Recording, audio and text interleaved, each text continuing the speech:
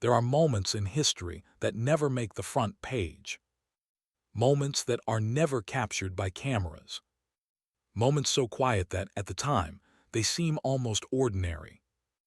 Yet years later, those who witnessed them realize they had been standing only a few feet away from history itself. This is one of those moments. Not because two celebrities crossed paths. Not because Hollywood created another headline. But because, behind a single closed door, two American legends shared a conversation that would echo far beyond the walls of a movie studio. One was already the face of American cinema. The other had become the sound of an entire generation. One had conquered the silver screen. The other had conquered the stage. Both had millions of admirers. Both lived under impossible expectations. Both smiled for cameras almost every day. And both quietly carried burdens that almost nobody could see. Hollywood, the city where dreams were born. The city where dreams were destroyed. On that bright California afternoon, the streets outside the studio buzzed with excitement. Fans crowded behind steel barricades. Teenagers clutched vinyl records against their chests. Some had traveled across several states, hopping for nothing more than a brief glimpse of the king of rock and roll. Police officers struggled to hold back the growing crowd. Every few seconds, another voice cried out, "Elvis!" Inside the gates, however, the atmosphere was completely different. Massive cameras rolled across polished studio floors. Electric lights burned so brightly they turned artificial streets into daylight. Carpenters hammered together elaborate movie sets. Directors barked instructions through megaphones. Producers rushed from office to office carrying scripts marked with handwritten notes. It looked chaotic. But to Hollywood, it was simply another working day. Then a black Cadillac slowly pulled into the studio lot. The noise outside became even louder. Security moved quickly. Assistants hurried toward the entrance. The car door opened. Elvis Presley stepped out. He smiled. The kind of smile the entire world recognized instantly. Relaxed, confident, effortless. He greeted crew members by name. He shook hands with electricians. He thanked makeup artists. He stopped to sign an autograph for the young son of a lighting technician who had been waiting nervously all morning. Everyone loved working with Elvis, not because he was famous, because he made people feel seen. Yet even as he laughed with the people around him, a quiet thought lingered in the back of his mind. Success had arrived faster than he had ever imagined. Records broke sales charts almost overnight. Concert tickets disappeared within hours. His name filled newspapers from coast to coast. Everywhere he went, people treated him like royalty. But there were nights when hotel rooms felt strangely empty, when the applause faded, when silence became louder than the crowd. On those nights, he often wondered something he had never dared to ask anyone. What happens when the music stops? He pushed the thought aside. There was work to do. Another film. Another performance. Another day of smiling beneath bright lights. As Elvis walked through the long studio corridor, conversations followed him like waves. Actors greeted him. Producers nodded respectfully. Young performers quietly stepped aside, hopping to avoid getting in his way. Everything felt familiar, until it suddenly didn't. Without warning, the hallway grew unusually quiet. One conversation stopped. Then another. A wardrobe assistant froze in place. A cameraman slowly lowered the lens resting on his shoulder. Even a director, in the middle of giving instructions, paused. It happened so naturally that nobody seemed to notice it at first. Everyone was looking in the same direction. Elvis followed their gaze. At the opposite end of the corridor stood a man whose presence filled the room long before he spoke. Tall, broad-shouldered, calm. His cowboy hat rested comfortably in one hand. His posture carried the confidence of someone who had faced cameras for decades without ever asking for attention. John Wayne, the Duke, the man whose voice could make an entire theater fall silent. The man whose films had shaped America's idea of courage. To millions, he was a legend. To Elvis, he was something even greater. A man he deeply respected. Long before Elvis had become famous, he had watched John Wayne command movie screens with remarkable confidence. Wayne never seemed to chase greatness. Greatness simply followed him. For a brief moment, neither man moved. The corridor felt suspended in time. No one wanted to interrupt. No one wanted to breathe too loudly.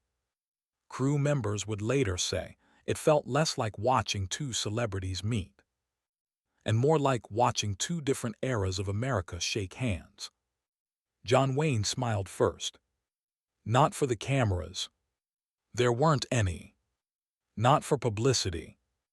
There were no reporters nearby. It was the smile of a man genuinely pleased to meet someone he respected. "So," John said warmly, "the king finally wandered onto my set." Elvis laughed. "And I finally get to meet the Duke." The tension instantly disappeared. People nearby smiled with relief. The handshake that followed lasted only a few seconds. Yet witnesses would remember it for decades. There was no competition hidden behind polite words. No silent battle over who mattered more. No trace of arrogance. Only mutual respect. Only two men who understood the extraordinary privilege and extraordinary loneliness that came with being admired by millions of strangers. They spoke casually for several minutes. About filming schedules. About exhausting travel. About audiences who somehow expected perfection every single day. They joked about memorizing scripts. About forgotten lines. About impossible deadlines. Laughter echoed through the hallway. Then John Wayne became unexpectedly quiet. His eyes drifted toward the crowded corridor. He watched assistants rushing past, actors rehearsing scenes, photographers waiting for another opportunity. Finally, he looked back at Elvis. "Walk with me." His voice was calm, almost gentle. There was no urgency. Yet something about those three words carried unusual weight. Without asking why, Elvis followed. They entered a small private lounge tucked away from the busy studio.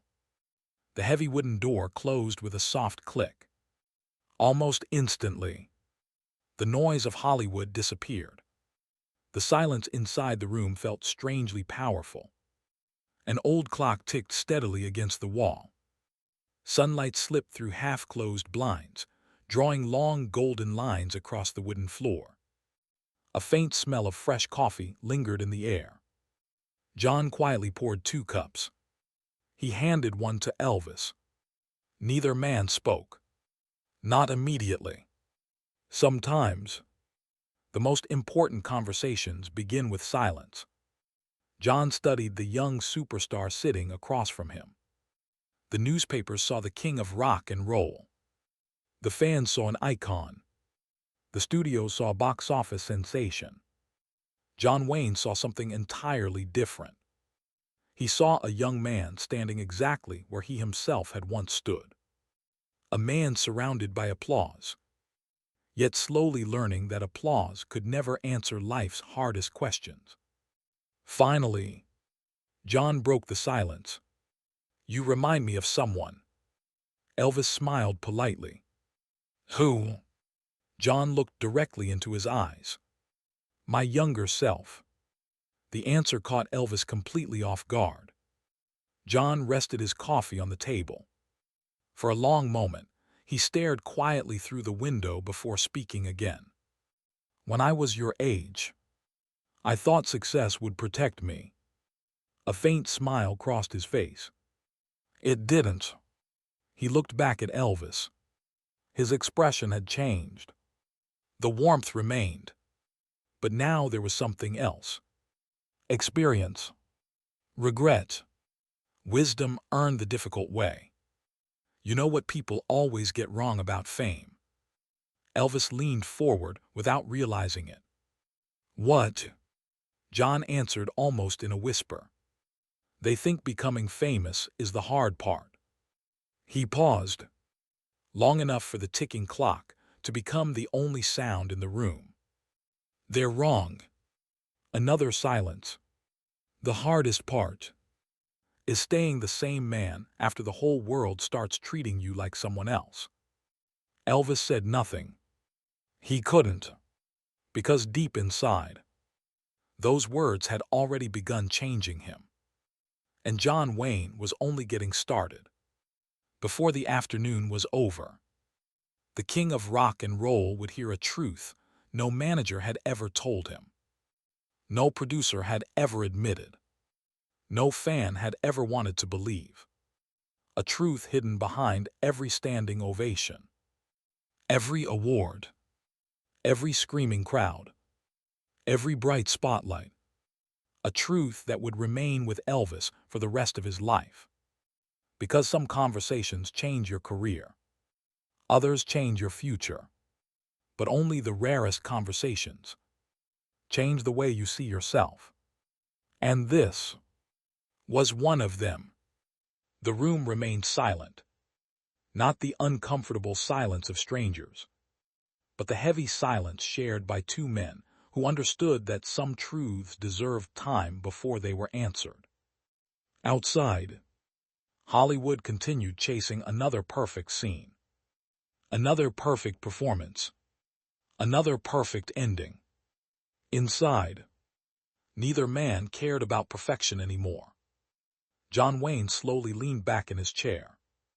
His weathered face carried the marks of decades spent beneath unforgiving studio lights. Every wrinkle told a story. Every scar had been earned. He wrapped both hands around his coffee cup, staring into the dark surface as though he could still see pieces of his younger self reflected there. "You know something, Elvis?" His voice was calm. "I used to believe people loved me." Elvis looked up. John smiled faintly. "They didn't." He let the words settle. "They loved the man they saw on the screen." Another pause. "And I spent years trying to figure out whether those two men were the same person." Elvis lowered his eyes. For the first time in the conversation, he understood exactly what John meant. Because he had asked himself that same question. Thousands of times. Every concert ended the same way. The lights exploded. The crowd screamed. Hands reached toward the stage. People cried. Some fainted. Some believed simply touching him would become the greatest memory of their lives. Then, the curtain closed. The music stopped. The limousine doors shut. The hotel room became quiet. And suddenly, there was no applause. No music. No cameras. Only silence. A silence that somehow felt louder than the crowd itself. John noticed the expression on Elvis's face. "You know that feeling?" It wasn't a question. Elvis nodded slowly. "I do." His voice barely rose above a whisper. "Sometimes." He hesitated. "As soon as the crowd disappears. I don't know who I'm supposed to be."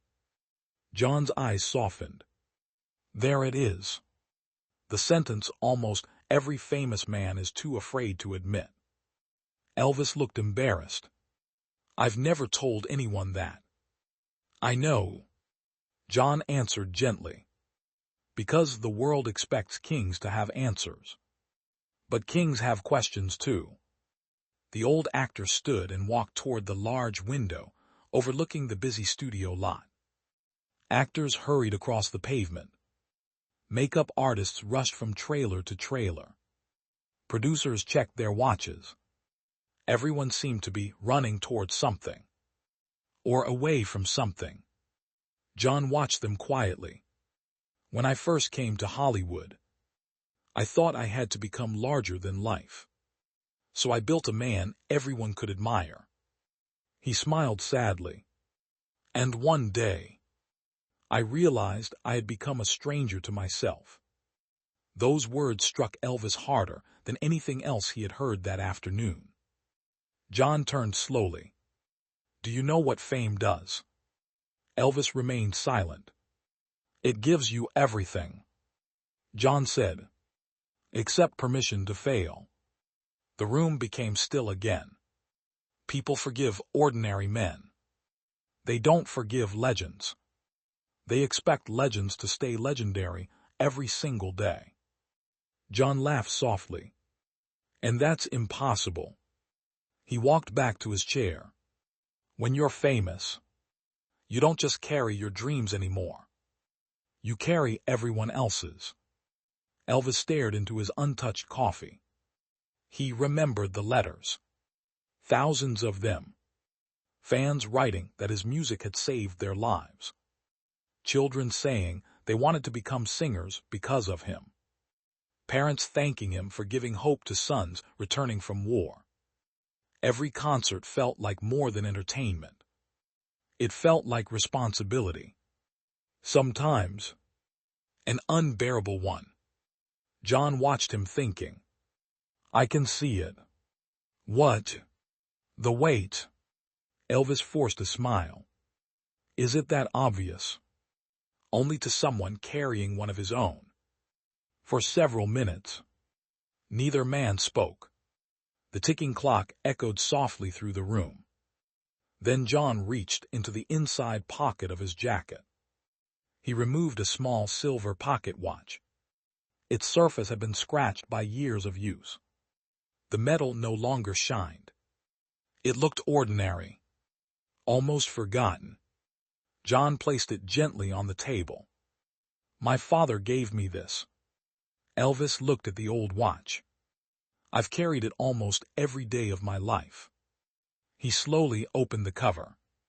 Inside was a short inscription. Time remembers character longer than success. Elvis read the words twice. Then a third time. They've guided every decision I've ever made. John closed the watch. Because success is borrowed. But character belongs to you forever. Elvis remained silent. He could feel those words settling somewhere deep inside him. Not inside his mind. Inside his heart. John leaned forward. Tell me something honestly. When was the last time someone looked at you? Instead of Elvis Presley. The question caught him completely off guard.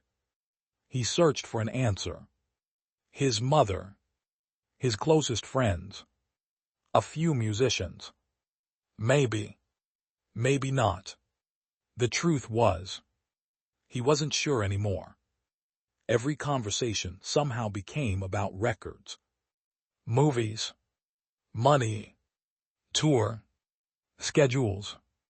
Contracts. Very few people asked how he actually felt. John could see the answer without hearing it. I thought so. He spoke with kindness. Never let the world convince you that your value depends on how loudly people clap. Elvis swallowed hard. His eyes had begun to glisten. Not with sadness. With recognition. Because somewhere deep inside, he had been waiting years for someone to say those words. John continued. The applause. It feels wonderful.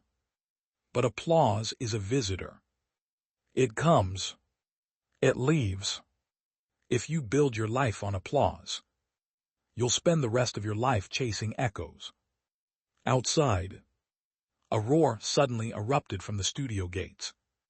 Thousands of fans had spotted Elvis's car. Their cheers shook the windows. John listened quietly. He smiled. "Listen to that." Elvis nodded. "They're here for you." John looked directly into his eyes. "No. They're here for the moment they believe they'll remember forever." Never confuse the two. The words landed like thunder. John stood once more and walked toward the door. His hand rested on the brass handle. For several long seconds, he didn't open it. Instead, without turning around, he spoke one final sentence. A sentence so unexpected, so piercing, that Elvis would remember every single word for the rest of his life. "If tomorrow morning the newspapers forgot your name, the radio stopped playing your songs, the studios stopped calling, and every crowd disappeared." He finally turned. His eyes met Elvis's. "Would you still know who you are?" Elvis opened his mouth. No answer came. Not because he didn't want to answer. Because he honestly didn't know. John slowly nodded. "I wasn't asking to make you uncomfortable. I was asking because one day, every one of us has to answer that question." The old actor opened the door. The sounds of Hollywood rushed back into the room. Directors shouting, cameras rolling, fans screaming, life moving forward. But Elvis remained seated, completely still. His untouched coffee had grown cold. Yet he no longer noticed. Because one question, one simple question, had become louder than the entire city outside. And deep inside, he realized that before he could become an even greater legend, he first had to discover the man behind the crown. The hardest lesson was still waiting, and John Wayne had one final story left to tell. The room stood perfectly still. Outside, Hollywood refused to slow down. Assistant directors shouted across crowded sound stages. Cameras rolled. Spotlights burned brighter than the afternoon sun. Somewhere in the distance, fans continued chanting Elvis's name. But inside that small room, none of it seemed to exist anymore. John Wayne quietly watched the young man sitting across from him. Elvis Presley, the biggest music star in the world. A man who could fill every seat in the largest arena. A man whose face appeared on magazine covers across the globe. Yet in that moment, John no longer saw a superstar. He saw a young man standing at a crossroads. One path led toward greater fame. The other, toward something far more difficult. Wisdom. John slowly returned to his chair. His voice became softer than it had been at any point during the afternoon. "Son, I've buried friends who thought applause would last forever." The words hung heavily in the air. "I've watched actors destroy themselves trying to become younger than time. I've seen good men lose their families because they couldn't leave the spotlight behind. I've watched legends become prisoners of the characters they created." He looked directly into Elvis's eyes, and every single one believed it could never happen to them. Elvis remained silent. John wasn't trying to frighten him. He was trying to prepare him. "There comes a day," John continued, "when the crowd goes home. There comes a night when the theater becomes dark. There comes a morning when your name isn't on the front page anymore." He leaned forward. "When that day arrives, the only person waiting for you is yourself." Another silence filled the room. It wasn't empty. It was full of truth. Elvis slowly stood and walked toward the same window John had been looking through only minutes earlier. The studio lot stretched endlessly below. Workers hurried from one building to another. Young actors rehearsed lines they hoped would change their lives. Somewhere among them, there were dreamers who believed success would solve every problem. Just as he once had. Just as John once had. Without taking his eyes off the window, Elvis finally spoke. When I was a little boy in Tupelo, I never dreamed about becoming famous. John listened quietly. I only wanted people to hear me sing. A faint smile appeared. Somewhere along the way, I forgot the difference. John nodded. It happens to almost everyone. Dreams grow. So do expectations. And before you realize it, you're living for applause instead of purpose. Elvis turned around. There was something different about his face now. Not confidence. Not fear. Clarity. How did you survive it? John smiled. I stopped asking whether people remembered my films. I started asking whether the people I loved still recognized the man who came home. The sentence struck Elvis like lightning. Because fame had given him audiences. But it had also stolen ordinary moments. Quiet dinners. Long walks. Conversations without cameras. Simple mornings. Simple evenings. Simple peace. Things money could never buy back. John reached into his jacket once more. This time, he removed a folded piece of paper. It looked old. The edges had softened with time. I carry this everywhere. Elvis unfolded it carefully. There was only one sentence written across the page. Never become so busy being admired that you forget how to be human. Elvis read it once. Then again. The room disappeared around him. Those words felt painfully true. John spoke again. People will remember your records. They'll remember your movies. They'll remember the clothes, the hair, the concerts. But the people who truly know you, they'll remember how you treated them when nobody was watching. A long breath escaped Elvis. He folded the paper carefully, then handed it back. I don't think I'll ever forget today. John smiled warmly. I hope you don't. But not because of anything I said. Elvis looked confused. John continued. I hope you remember today because one day, someone younger than you, someone scared, someone overwhelmed, will need these same words. And when that day comes, it will be your turn. For several seconds, neither man spoke. They simply looked at one another. Not as icons, not as celebrities, just as two men sharing a truth that fame could never teach on its own. Finally, John stood. So, the world is waiting for the king. Elvis laughed quietly. And Hollywood still needs the Duke. The two men smiled. Then, for the second time that afternoon, they shook hands. This handshake felt different. The first had been a greeting. The second felt like a promise.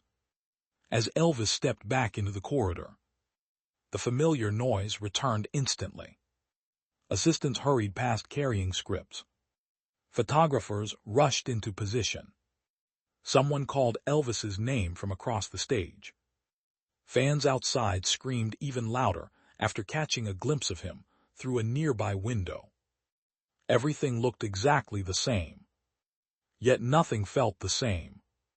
Crew members noticed it immediately. One makeup artist later remembered that Elvis walked more slowly than before. A lighting technician recalled that he seemed unusually thoughtful. Even the director, waiting impatiently on set, paused for a moment. Something had changed. No one knew what. Only Elvis knew. Because while everyone else saw the king of rock and roll walking toward another camera, he felt something entirely different. He felt lighter, not because the burden of fame had disappeared, but because he finally understood it. Years passed. The records continued to break sales charts. The concerts became larger. The crowds became louder. The world celebrated Elvis Presley as one of the greatest entertainers who had ever lived. John Wayne continued creating unforgettable films that defined an era of American cinema. Their paths rarely crossed again, but neither man forgot that quiet afternoon. History remembers great performances. It remembers sold-out arenas, award-winning films, golden records, standing ovations. But sometimes, history is shaped by moments no camera ever records. A conversation, a silence, a handshake, a lesson. Perhaps that is why people still imagine what those two legends might have shared behind that closed studio door. Not because they were famous, but because they were human. Because behind every legendary name, there is a person wondering whether success has cost more than it has given. And maybe that is the question every generation must answer for itself. Years later, millions would still sing Elvis's songs. Millions would still watch John Wayne's films.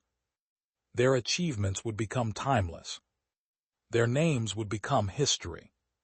But if their greatest legacy could speak with a single voice, it might not talk about fame. It might not talk about fortune. It might simply whisper, "The spotlight is only borrowed. Character is forever." And when the curtains finally close, when the music fades, when the cameras stop rolling, when the applause becomes nothing more than a distant echo, the world will not remember how brightly you stood beneath the lights. It will remember how you treated people after the lights went out. That is the legacy every legend leaves behind. And perhaps that was the real conversation Hollywood never forgot.